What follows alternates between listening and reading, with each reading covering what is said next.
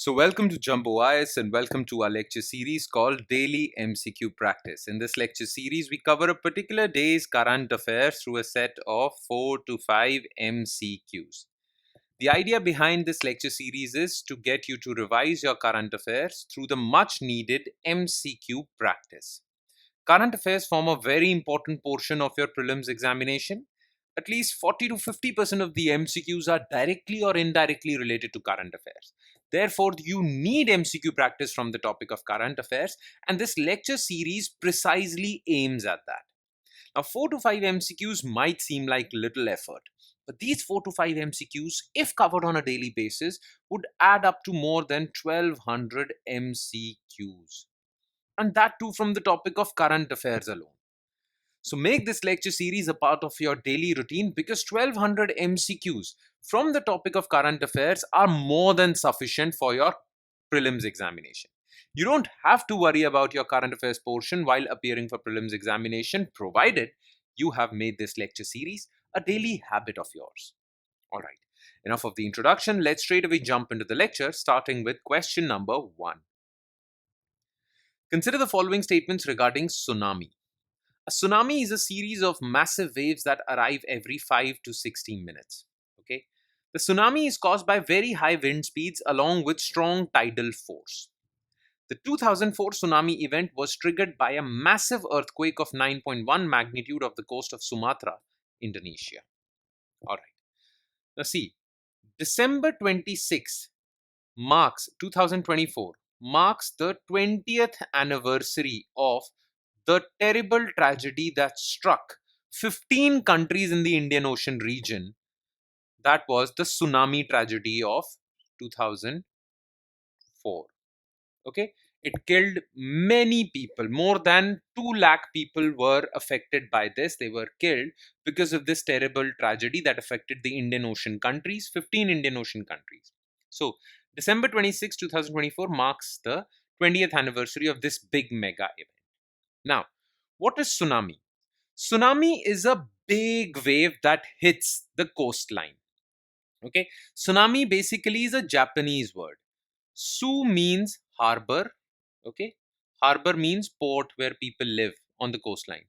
Nami means wave. So, harbor waves. That is what tsunami is in Japanese. Now, the thing is, tsunami is unlike any other wave. Generally, waves on the sea are created by winds and many other factors. But tsunami is extremely high wave that hits the coast. Okay, and these waves are a series of waves. They repeat themselves every 5 to 60 minutes. They come in series. So first statement is correct. Now other waves, these are smaller waves that occur in the oceans or the seas. They are caused by strong winds. But tsunami is not like that. Tsunami is caused by an underwater disturbance. Okay, if underwater there is a massive earthquake that causes underwater disturbance, if there is a volcanic eruption below the ocean, or any other reason that causes underwater below sea level disturbance, then that leads to rise of these very high tsunami waves. So it is not caused by very high wind speeds, it is caused by underwater disturbance that might be due to underwater earthquake, underwater volcanic eruption, asteroid impact, and many other things. Now, the 2004 mega tsunami was triggered by a massive earthquake which was of 9.1 magnitude on Richter scale off the coast of Sumatra, Indonesia. And this heavy earthquake actually created tsunami-like waves that impacted South India, Sri Lanka, Indonesia, Malaysia, Thailand, Myanmar, even countries of East Africa. Okay, so this statement is correct only to B. Question 2. Consider the following statements regarding asset quality of banks.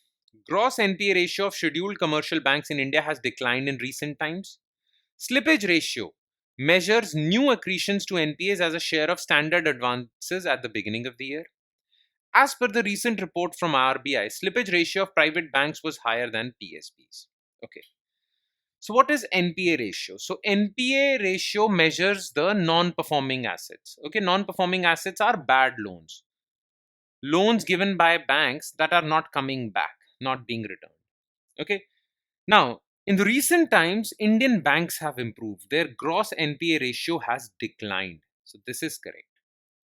Now, there is another way of measuring the loan quality or asset quality of banks, and that is called slippage ratio. So, what is slippage ratio? So, slippage ratio is basically the number of new NPAs in 1 year. Okay.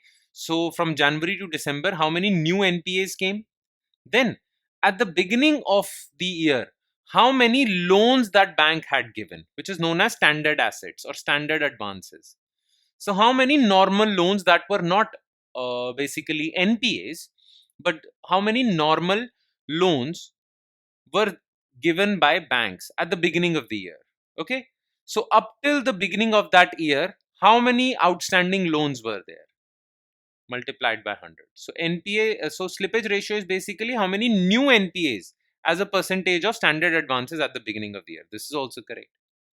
Now, very interestingly, generally, it is said that private banks do better than public sector banks. But in the recent report by RBI, it was found that the slippage ratio of private banks was higher than public sector banks. That means private banks were accruing more NPAs. They were having more NPAs than public banks, which means public sector banks were performing better than private sector banks. Okay, all statements are correct. Question 3. Which of the following statements are correct regarding non-performing assets? Okay. A NPA is a loan or advance for which the principal or interest payment remained overdue for a period of 90 days. In case of agricultural loans, NPA happens if the amount is due for 2 crop seasons for short duration crops and for 1 crop season for long duration crops. Okay, now listen to me. Look, banks give two types of loans: agricultural loans, okay, then the others are called non agricultural loans.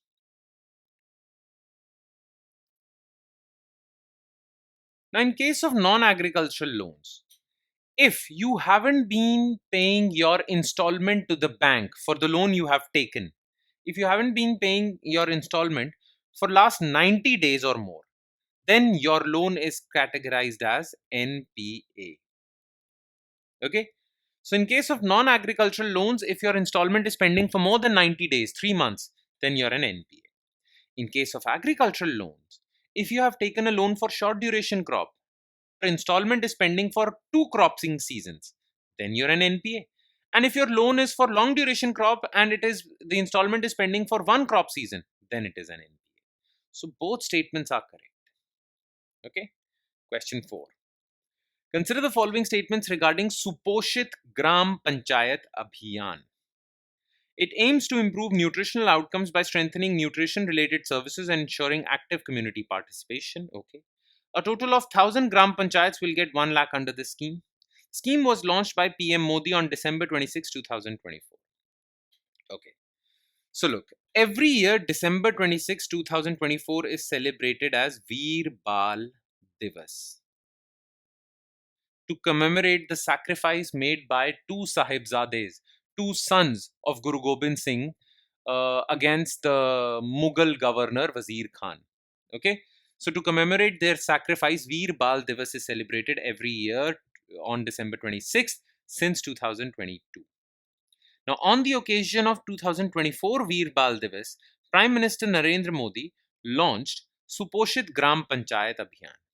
Now, this Suposhit Gram Panchayat Abhiyan targets 1,000 Gram Panchayats and they will be given 1 lakh each. So, Anganwadis of these 1,000 Gram Panchayats would be given 1 lakh to improve the nutrition related services in that area so that the problem of malnourishment gets solved. So, this is also correct. This is also correct. D. And last, consider the following statements regarding Veer Bal Divas. It was started in 2024 to recall the sacrifice made by the two Sahibzade of Guru Gobind Singh Ji. It is celebrated every year on December 26th. So it is celebrated every year on December 26th. I've just mentioned that. But this practice of celebrating December 26th as Veer Bal Divas was started in 2022, not 24. So this is false only to B. And with that, we conclude And thank you so much for watching, everyone. And I'm sure it has added value to your preparation. But it would add more value if you revise this lecture also. And by revision, I mean take a look at the written detailed explanation to each and every MCQ discussed above. So all these MCQs have written detailed explanations. These explanations are provided in our notes, and those notes are available on our Telegram channel. Now the link to our Telegram channel is provided in the comment section below this video. Just click on that link, it will take you to our Telegram channel, and then download the notes for this lecture and just spend another 5 to 10 minutes going through the detailed explanation of these MCQs. Alright, so please do not forget to do that. On that note, I'll be signing off. Thank you so much, everyone.